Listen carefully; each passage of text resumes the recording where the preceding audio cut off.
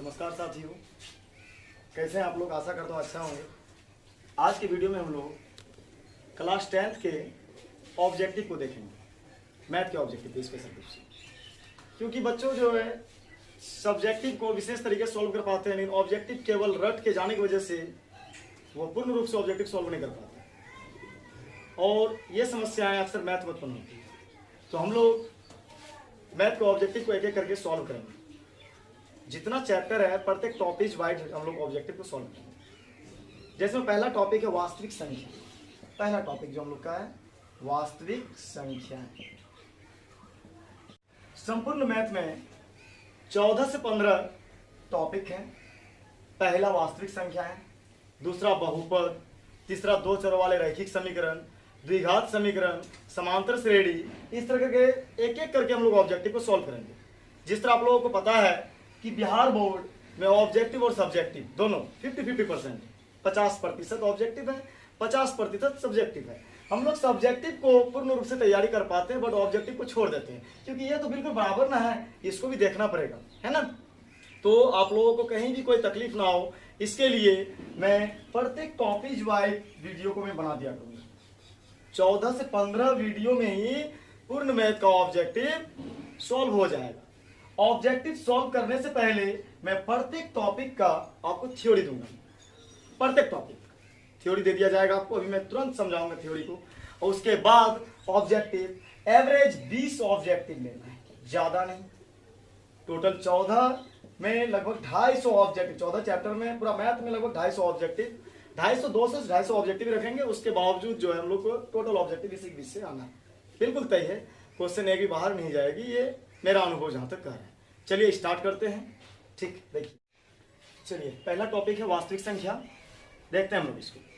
सबसे पहली बात यहाँ ध्यान देना है, वास्तविक संख्या में जो हम लोगों को प्राकृत संख्या है, पूर्ण संख्या है, सम संख्या है, विषम संख्या है, आभास संख्या है, सह आभास संख्या है, पूर्णांक, भिन्न, परिमेय संख्या है, अपरिमेय संख्या है, एल्गोरिथम जो है वो तो परमेय है हम लोगों का, तो पढ़ेंगे हम लोग उसको। ऑब्जेक्टिव के लिए इतना ही काफी है।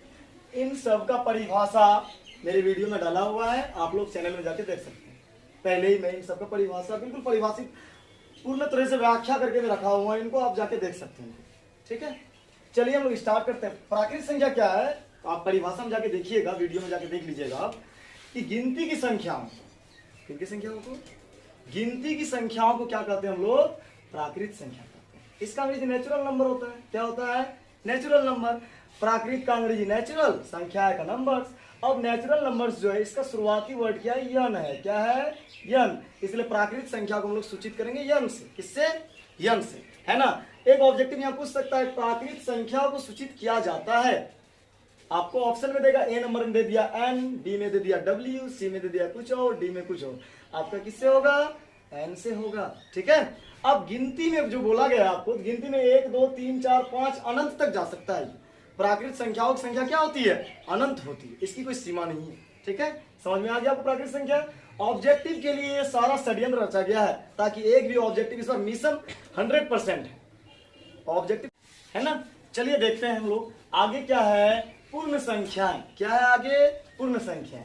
पूर्ण संख्याएं जो है ये प्राकृत संख्याओं में अगर आप केवल 0 को ऐड कर दीजिए, जोड़ दीजिए, तो वो आपका क्या निकल जाएगा, पूर्ण संख्या निकल जाएगा। ठीक है, इससे ये पता चलता है कि ये प्राकृत संख्या को आगे पीछे करके सारा शेड्यूल निकलता है। चलिए देखते हैं हम लोग आगे।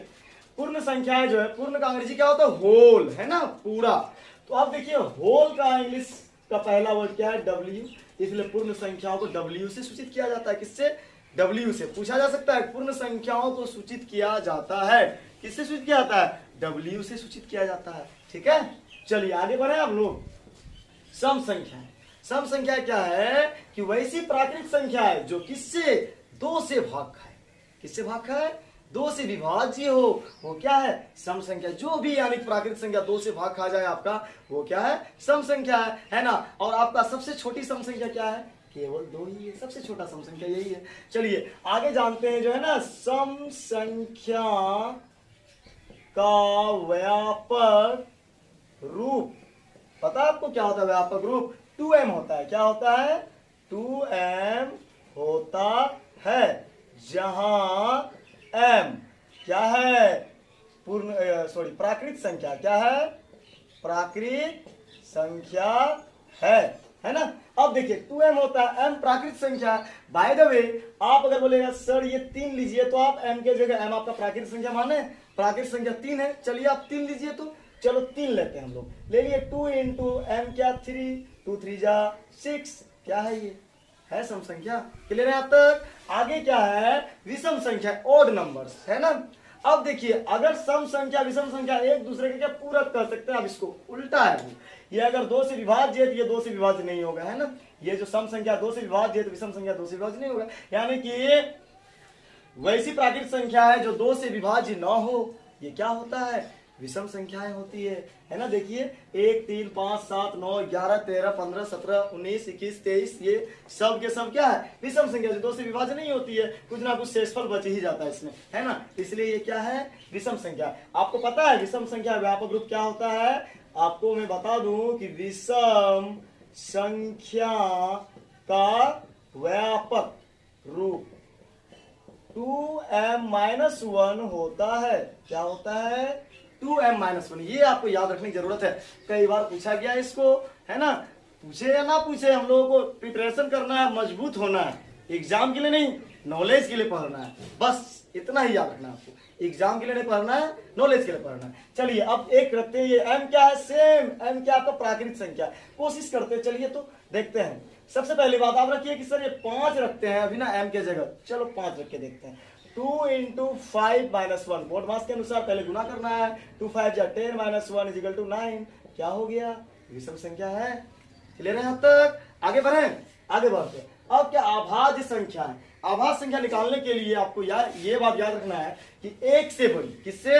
1 से बड़ी, छोटी नहीं, 1 से बड़ी, है ना। 1 से बड़ी वे सभी संख्याएं जो या तो खुद से या फिर 1 से क्या हो? विभाज्य हो। अभाज्य, अभाज्य मतलब देखिए, असत्य मतलब सत्य नहीं, अभाज्य मतलब भाज्य नहीं, सीधी सी बात है। असत्य मतलब सत्य नहीं, अभाज्य मतलब भाज्य नहीं। भाज्य मतलब यानी भाग नहीं खाए, वो क्या है? अभाज्य संख्या। जो किसी से भाग नहीं खाता है वो क्या होता है? अभाज्य संख्या। 2 3 5 7 11 13, आप 15 लीजिएगा तो 15 फिर 3 से भाग खा जाता है, 5 से भाग खा जाता है, तो वो अभाज्य संख्या नहीं होगा वो, है ना। आपको एक बात यहाँ याद रखने की जरूरत है कि सबसे छोटी सम अभाज्य संख्या 2 है, सबसे छोटी सम अभाज्य संख्या 2, और सबसे छोटी विषम अभाज्य संख्या 3। ये बात याद रखिएगा, ये ऑब्जेक्टिव पूछा गया है, शायद इस बार भी डाल दे, कोई ठिकाना है ना। सबसे छोटी सम अभाज्य संख्या सम 2 और सबसे छोटी विषम अभाज्य संख्या 3 होती है। क्लियर है यहाँ तक? आगे बढ़ते हैं। सह अभाज्य, है ना। इसको याद रखने की जरूरत है कि वैसी दो प्राकृत संख्या, वैसी दो प्राकृत संख्या जिसका HCF मौसो जिसको बोलते हैं, क्या हो? 1 हो। देखिए 2 और 3 का HCF निकालिए, 1 होगा। अगर 10 तक आया तो HCF निकालना तो आम बात है, निकालने जानते ही होंगे, सिखाने की जरूरत नहीं है हमें, है ना। तो HCF 1 हो। देखिए ये दोनों का HCF 1 है, इसका भी HCF 1 है। निकाल के आप चेक कीजिए, चेक करके देखिए आप, है ना। HCF क्या हो रहा है? 1 हो रहा है। ये क्या हो गया? सह अभाज्य संख्या हो गया। क्लियर है तक, है ना। आगे बढ़ते हैं, आगे बढ़ते हैं। अब क्या पूर्णांक इंटीजर, क्या पूर्णांक अंग्रेजी इंटीजर, इसमें क्या होता है? प्राकृत संख्याओं का ऋणात्मक रूप यानी माइनस वाला, प्राकृत संख्याओं का धनात्मक रूप यानी प्लस वाला, और ये 0, ये तीनों मिलके जो परिवार जो बना, समूह जो बना, मिलन जो हुआ इन लोगों का, वही क्या है? आपका पूर्णांक है। याद रहे पूर्णांक को I या फिर Z से सूचित किया जाता है, सूचित किया जाता है। किसको सूचित किया जाता है? ध्यान दीजिए, तो ये पूर्णांक को सूचित किया जाता है I या Z से। तो आपको पूछा जा सकता है पूर्णांक को सूचित किया जाता है, A नंबर ऑप्शन दे दिया I, B नंबर दे दिया Z, C नंबर दे दिया A तथा B दोनों। आपका ऑप्शन कौन सही होगा? C नंबर, A तथा B दोनों, I और Z दोनों सूचित किया जाता है। ठीक है, चलिए आगे बढ़े। भिन्न जो है ये फ्रैक्शन, है ना। किसी धनात्मक पूर्णांक P को दूसरे धनात्मक पूर्णांक अगर आप Q से भाग देते हैं तो उससे जो संख्या प्राप्त होता है ना, वही संख्या भिन्न है। देखिए P बटे Q, P को Q से भाग दिए, इसमें P को अंश कहा जाता है और Q को हर कहा जाता है। क्या कहा जाता है? P को ऊपर वाले को अंश, अ से ऊपर, उ से ऊपर और अ से अंश, है ना। नीचे वाला हर हो गया, है ना। अब देखिए यहाँ ऊपर वाले को अंश, नीचे वाले को हर कहा जाता है। 4/5 में 4 क्या है? आपका अंश है, 5 क्या है आपका हर है, याद रहेगा। तो ये जो है कोई भी धनात्मक पूर्णांक प्लस वाला होना चाहिए। p को अगर दूसरे धनात्मक पूर्णांक q से भाग कर दे रहे हैं तो वो आपका क्या हो गया, आपका भिन्न हो गया। ठीक है, x बटे वाई भी हो सकता है। ठीक, क्लियर। आगे देखते हैं परिमेय संख्या। परिमेय संख्या वो होता है जिसको हम लोग p बटे q के रूप में लिख सकते हैं। किसमें लिख सकते हैं, p बटे q के रूप में हम लोग लिख सकते हैं। उसे हम लोग क्या कहेंगे, परिमेय संख्या। क्या कहेंगे उसको हम लोग, परिमेय संख्या, है ना। देखिए ये p बटे q के रूप में लिख सकते हैं। ये p और q क्या है, पूर्णांक है। क्या है ये p और q, पूर्णांक है। और q कभी भी जीरो नहीं, हर कभी भी जीरो नहीं होना चाहिए, है ना, नहीं तो अपरिभाषित हो जाएगा वो। हर कभी भी जीरो नहीं होनी चाहिए, नहीं तो वो फिर अपरिभाषित हो जाएगा। ठीक है, इसलिए q नॉट इक्वल जीरो, यानी हर जो है नीचे वाला जो है ये q जीरो के बराबर नहीं है। अब देखिए 4/5 परिमेय संख्या, 2/3 परिमेय संख्या है, -11/13 भी परिमेय संख्या है, 0/7 परिमेय संख्या। अभी हम बोले कि नीचे वाला जीरो नहीं होना चाहिए, अंश जीरो हो सकता है, हर नहीं होना चाहिए। यहाँ एक लॉजिक है, ये क्या है आपका धनात्मक परिमेय संख्या, ये पूछा जाता है। ये आपका क्या है, धनात्मक भी प्लस है। ये आपका क्या है, ऋणात्मक परिमेय संख्या। क्या है, ऋणात्मक भी माइनस वाला है। और ये आपका शून्य परिमेय संख्या। कौन है, शून्य परिमेय संख्या। याद रहेगा ये चीज आपको, एकदम क्लियर, एकदम याद रखना। कॉन्सेप्ट बिल्कुल क्लियर करते हुए पढ़ना हम लोग को। एक भी ऑब्जेक्टिव छूटना नहीं चाहिए, और उम्मीद करते नहीं छूटेगा। बिल्कुल आप कंटिन्यू बने रहिए। मैं कभी भी ये नहीं कहता चैनल को सब्सक्राइब कीजिए, आप बिल्कुल बने रहिए, पढ़िए अच्छे से। बस सब्सक्राइब करना ना करना वो बाद वाली बात है, पहले पढ़ लीजिए आप, है ना। चलिए आगे बढ़ते हैं। आगे क्या है, एल्गोरिथम। ये बहुत जरूरी चीज है। हम लोगों को पढ़ाया जाता है यूक्लिड विभाजन एल्गोरिथम, यूक्लिड विभाजन प्रमेय का, ये हम लोग को क्या किया जाता है, पढ़ाया जाता है। बट एल्गोरिथम होता क्या है ये हम लोगों को नहीं बताया जाता। बताया जाता है, नहीं बताया जाता। एल्गोरिथम क्या है, चलिए सीखते हैं। एल्गोरिथम जो है एक विशेष प्रकार की समस्या का हल प्राप्त करने की चरणबद्ध प्रक्रिया है। याद रहेगा, एक विशेष प्रकार की समस्या, एकदम बहुत विशेष प्रकार की समस्या है, उसको यानी चरणबद्ध प्रक्रिया से हम लोग हल करेंगे। तो वही हल करने की प्रक्रिया को हम लोग क्या कहते हैं, एल्गोरिथम कहते हैं। हम लोगों की किताब में पहला चैप्टर यूक्लिड विभाजन एल्गोरिथम है ना, यूक्लिड विभाजन एल्गोरिथम है। चलिए जानते हैं यूक्लिड विभाजन प्रमेय का बोलिए या भाग एल्गोरिथम बोलिए, बात तो एक है। यूक्लिड विभाजन प्रमेय का बोलिए या फिर आप भाग एल्गोरिथम बोलिए, बात एक है। ठीक है, इसमें क्या होता है, किन्हीं दो पूर्णांक, कोई भी दो पूर्णांक ले लीजिए। कौन पूर्णांक होना चाहिए, धनात्मक प्लस वाला, माइनस में नहीं चाहिए, है ना। दो पूर्णांक ए और बी के लिए, मान लिए दो पूर्णांक ए तथा बी है, उसके लिए अद्वितीय पूर्णांक क्यू तथा आर अगर प्राप्त होता है तो क्या होता है, ए बराबर बी क्यू प्लस आर। इस फॉर्मूला पे हम लोग सवाल बनाएंगे, एचसीएफ निकालने का मेथड है। यूक्लिड विभाजन एल्गोरिथम से केवल हम लोग को यही पढ़ाया जाता है, बट ये आया कहां से, कैसे आया, ये नहीं बताया जाता। ये सीखना है हम लोगों को। देखिए यहाँ ये जो आर जो है वो जीरो से बड़ा या फिर है आर जीरो से क्या होना चाहिए, बड़ा या फिर जीरो के बराबर। आर जो है ना आपका क्या है, ये रिमाइंडर है, शेषफल है। शेष कभी भी या तो जीरो हो सकता है या प्लस में हो सकता है। भाग का कभी भी शेष माइनस में होता है क्या, नहीं होता है ना। इसलिए आर या तो जीरो से बड़ा या जीरो के बराबर होना चाहिए। और ये बी जो होता है ये आर से बड़ा होना चाहिए, है ना। चलिए देखते हैं ये है क्या। ये क्यू जो है ना अब क्विटेंट है, भागफल है ना। आर क्या है, शेषफल है आपका, और ए और बी भाज्य और भाजक है। ठीक है, और अगर भाषा में अगर आपका देखा जाए तो हम लोग जानते हैं भाज्य बराबर भाजक गुना भागफल जोड़ शेष, बचपन में लोग सीखे होंगे, है ना।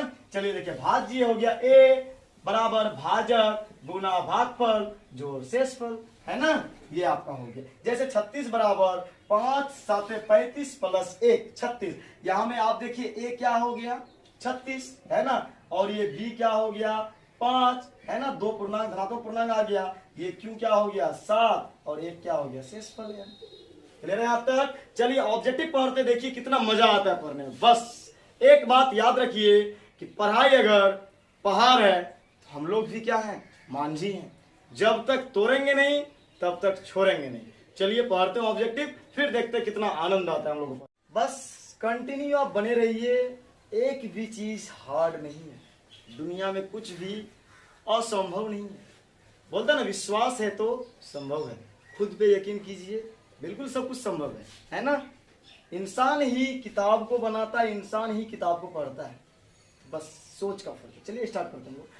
ये घात जो है ना पावर पूछा जाएगा आपको, है ना। पूछा भी है, बहुतों बार पूछ चुका अब तक में, शायद पूछे।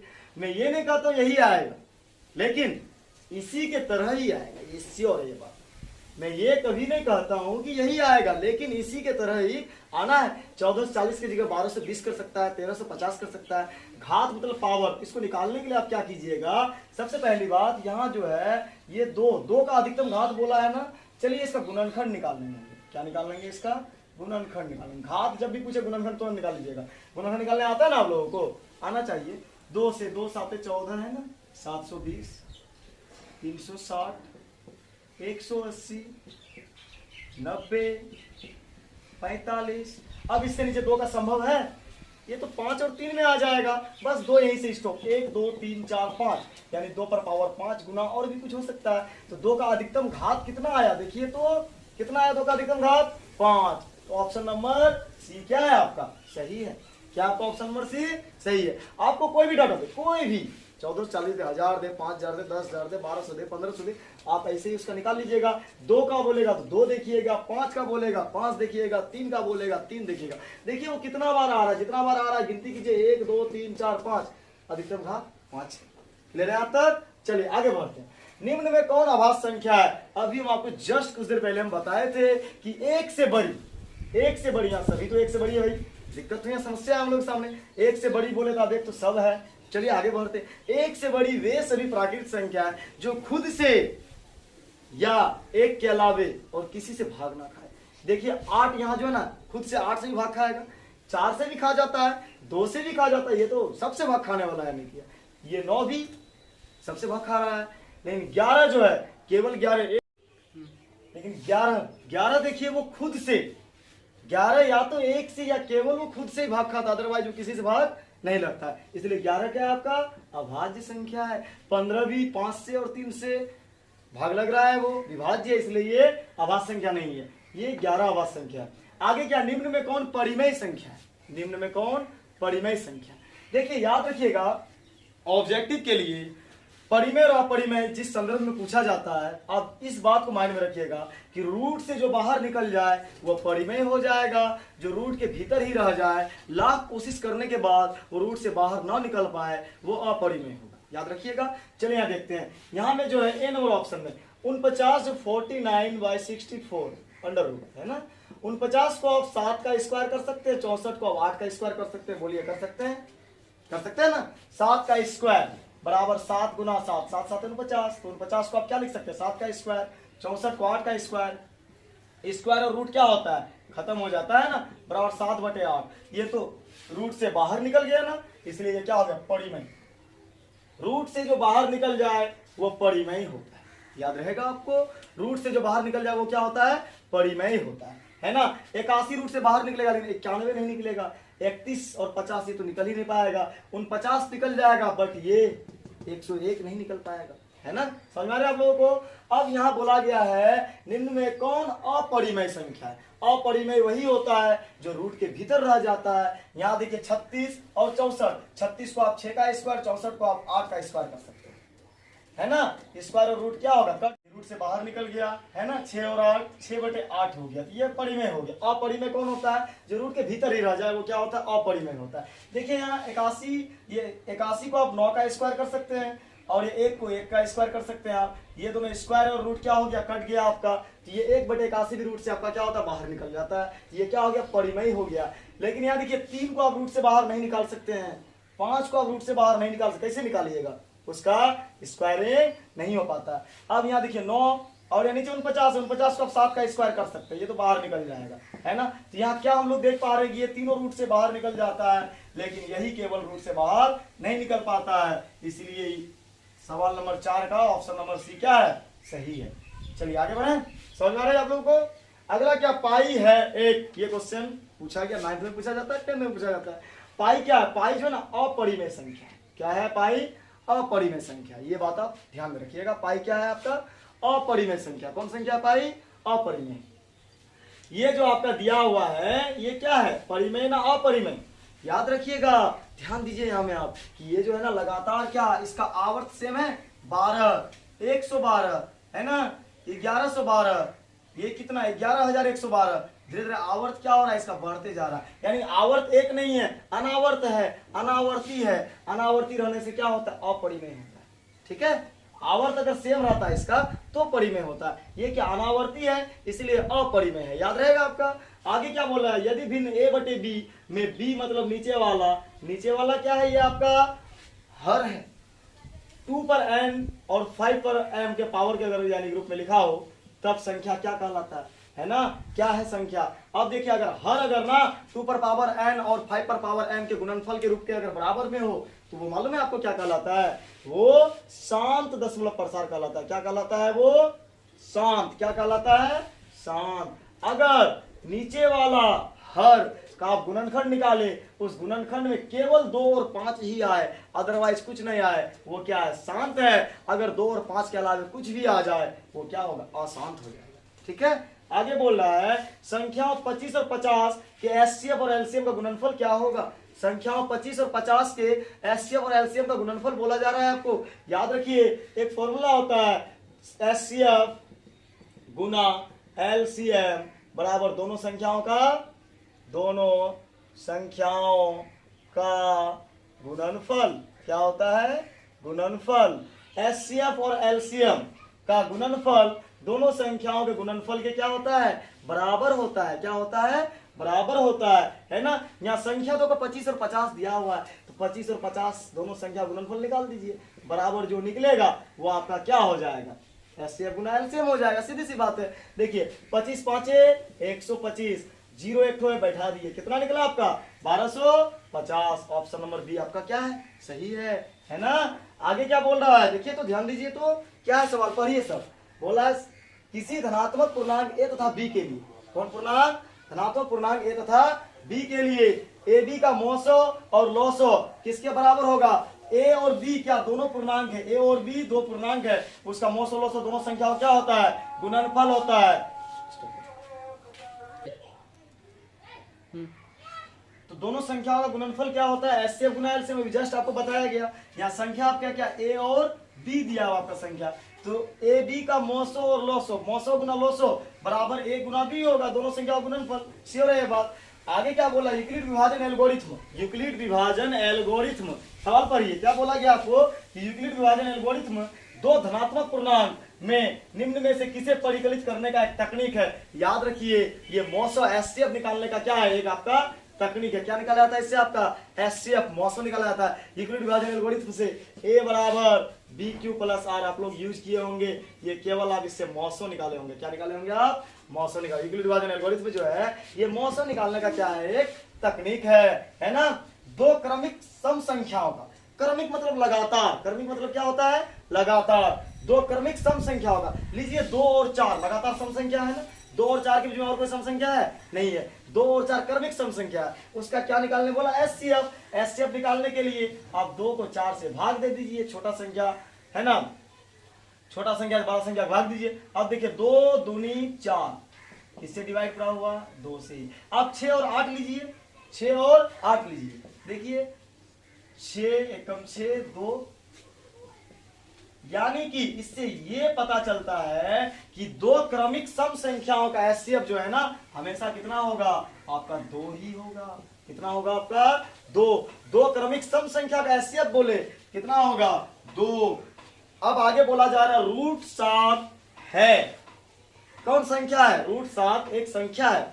आपको हम क्या सिखाया ऊपर में अभी कि रूट से जो बाहर निकल जाए वो परिमेय, और जो रूट से बाहर नहीं निकल पाए वो अपरिमेय है ना। अब देखिए यहाँ अपरिमेय, जैसे असत्य मतलब सत्य नहीं, वैसे अपरिमेय मतलब परिमेय नहीं है ना। अब देखिए रूट से बाहर 7 कभी निकल पाएगा, नहीं निकल पाएगा, इसलिए 7 जब नहीं निकल पाया अपरिमेय हो गया। क्या हो गया, अपरिमेय। इसलिए ऑप्शन नंबर आपका क्या, बी सही हो गया। देखिए आपको वहां ओएमआर जब दिया जाएगा तो आपको जैसे कि इसका देखिए 3 नंबर का ए नंबर ऑप्शन आपको इस तरह दिया जाएगा, बी दिया जाएगा, सी दिया जाएगा, और ये आपका डी दिया, 4 ऐसे ब्लैंक देगा, गोल गोल गोला देगा आपको बॉल पेन से, काला या नीला बॉल पेन से गोल करना है। अब 3 नंबर का ए नंबर सही है, आप ए का पहले ये चारों कोर रंगिएगा, ठीक है, इससे जल्दी जल्दी रंगा जाएगा। ये चारों कोर बाहर नहीं कीजिए, पेंडिंग हो जा रही है। चारों कोर रंगने के बाद इसको बढ़िया से आप कलर कर दीजिएगा, बस इतना करना है आपको। 1 नंबर आपका हो गया। और हम उम्मीद करते हैं कि इसी से ऑब्जेक्टिव आना है। चलिए इसमें और 8 से 9 ऑब्जेक्टिव लेंगे हम लोग और पूरा टॉपिक हम लोग का कंप्लीट हो जाएगा। चलिए आगे देखते हैं हम लोग का। चलिए देखते हैं,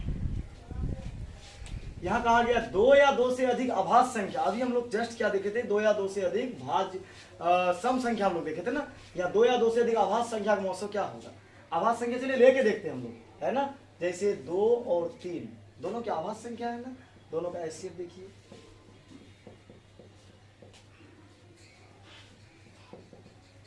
कितना, 1 आया ना। चलिए 5 और कितना 7 दोनों अभाज्य है, लेके देखते हैं।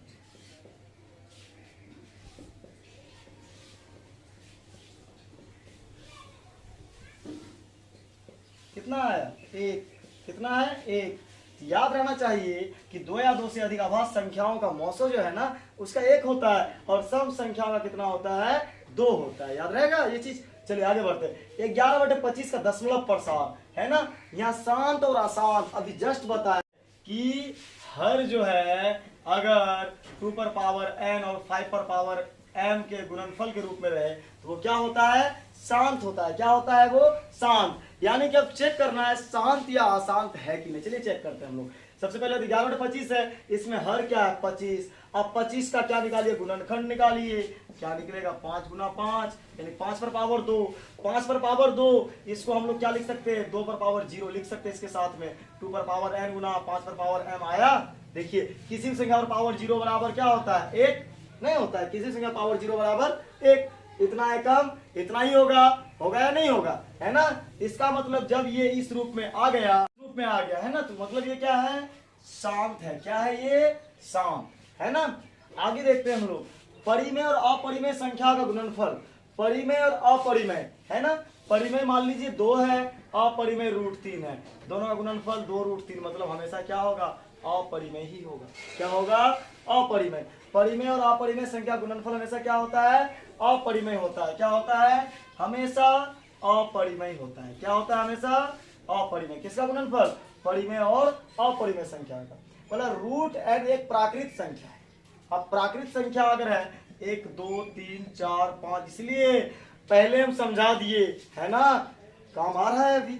आगे देखिए तो √n, अब √1 = 1, √2 = √2 ही होगा, √3 = √3, √4 = 2। अब देखिए इससे क्या पता चलता है कि n अगर एक प्राकृत संख्या है तो √n है। अब √n एक बार 1 रखे तो बाहर निकल गया, परिमेय हो गया। ये क्या हो गया, परिमेय हो गया। ये फिर क्या हो गया, अपरिमेय हो गया। प्राकृत संख्या ग्रुप के अंदर में रखते हैं तो इससे ये पता चलता है कि अगर n प्राकृत संख्या है और अगर √n आप अगर रख रहे हैं, ये कभी प्राकृत और कभी परिमेय ये तो नहीं होगा। ये कभी, वो ऑप्शन गलत है, कभी प्राकृतिक या कभी परिमेय और कभी अपरिमेय हो जाता है। परिमेय संख्या जिसको हम लोग क्या P/Q के रूप में लिख सकते हैं। ध्यान दीजिएगा, ऑप्शन सही है। परिमेय संख्या क्या, जिसको हम लोग P/Q के रूप में लिख सकते हैं। यहाँ P/Q के रूप में तो आया नहीं अभी, ये श्योर। ये क्या प्राकृतिक संख्या में आ गया, कभी अपरिमेय के रूप में आता है। ये परिमेय नहीं है, क्या कर लीजिए, अपरिमेय कर लीजिए। कभी प्राकृतिक होता है, कभी अपरिमेय होता है। ठीक है, कभी प्राकृतिक होता है, कभी क्या, अपरिमेय होता है। ये क्या है, ये प्राकृतिक है। कभी प्राकृतिक होता है, कभी क्या होता है, अपरिमेय होता है। ठीक है, आगे देखिए। यूक्लिड विभाजन एल्गोरिथ्म को कलन विधि भी कहते हैं, ये याद रखिएगा। यूक्लिड विभाजन एल्गोरिथ्म को कौन विधि कहते हैं, कलन विधि भी कहते हैं। कौन विधि कहते हैं, कलन विधि भी कहते हैं। अब नीचे देखिए, ये 2 और 5 के गुणनफल में है ना। जब भी बताया आप लोगों को हम पहले ही, 2 और 5 के गुणनफल में रहे तो उसका दशमलव प्रसार क्या होगा, शांत होगा। क्या होगा, शांत होगा, है ना। 11/15 का दशमलव प्रसार क्या होगा, 11/15। तो नीचे वाला 15 को देखेंगे, गुणनखंड निकालेंगे, 3 गुना 5, 5 तो आया, लेकिन 2 और 5 के अलावे एक्स्ट्रा कौन आ गया, 3। इसलिए इसका दशमलव प्रसार शांत नहीं, क्या हो जाएगा, अशांत हो जाएगा, है ना। अब ये एक इस टाइप का क्वेश्चन लग रहा था मुझे कि छूट रहा है ये क्वेश्चन। जितना हो सकता था आ गया, इससे बाहर नहीं आना चाहिए। 10th क्लास तक के बुक में इससे बाहर नहीं है शायद, और अपने अनुसार से टोटल छाटे, और हर बार क्वेश्चन इन्हीं से आया है, और इस बार भी संभावना है कि इसी से क्वेश्चन आएगा। ठीक है, चलिए आगे देखते हैं। इसमें कौन वी जाति है, यानी अलग है, अलग जाति का। देखिए 3/5 परिमेय है, 16 हम लोग 4 का स्क्वायर, 4 को 2 का स्क्वायर कर सकते हैं। ये भी रूट से क्या हो जाएगा, बाहर निकल जाएगा। है ना। अब देखिए ये भी परिमेय, ये भी परिमेय। अब यहाँ आइए, ये देखिए 2 कभी भी रूट से बाहर निकलेगा नहीं, निकलेगा नहीं, निकलेगा। ये क्या हो गया, अपरिमेय हो गया। क्या हो गया, ये अपरिमेय हो गया, है ना। अब देखिए रूट 25 भी क्या होगा, रूट से बाहर निकल जाएगा। रूट 25 को हम लोग 5 लिख सकते हैं, तो 5/9 क्या, परिमेय। ये तीनों परिमेय हुआ, ये केवल क्या हो गया, अपरिमेय। इसलिए यही क्या है, अलग जात का। विजातीय कौन है, यही है। तो साथियों इतना ही ऑब्जेक्टिव है वास्तविक संख्या। पहला टॉपिक हम लोगों का क्या कंप्लीट हो गया, वास्तविक संख्या। इसी तरह करके 15 वीडियो कंप्लीट होगा, है ना। और 15 वीडियो में ही पूरा मैथ को मैं समेट दूंगा और उन्हीं के बीच से बिहार बोर्ड में आने वाली संभावित प्रश्न पूछी जाएगी। चलिए आज के वीडियो में इतना ही, ठीक है। तब तक के लिए जय हिंद, जय भारत। मिलते हैं नेक्स्ट वीडियो में।